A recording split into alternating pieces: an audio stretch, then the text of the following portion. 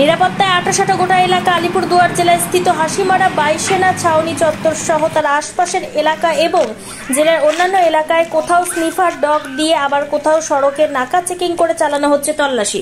সড়ক থেকে শুরু করে সেতু সকল স্থানেই এরূপ তল্লাশি চলছে বলে জেলা পুলিশ সূত্রে খবর।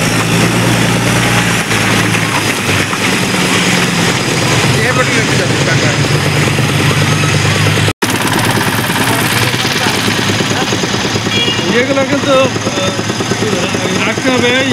আসুক ছবি তোলা হয়েছে তো।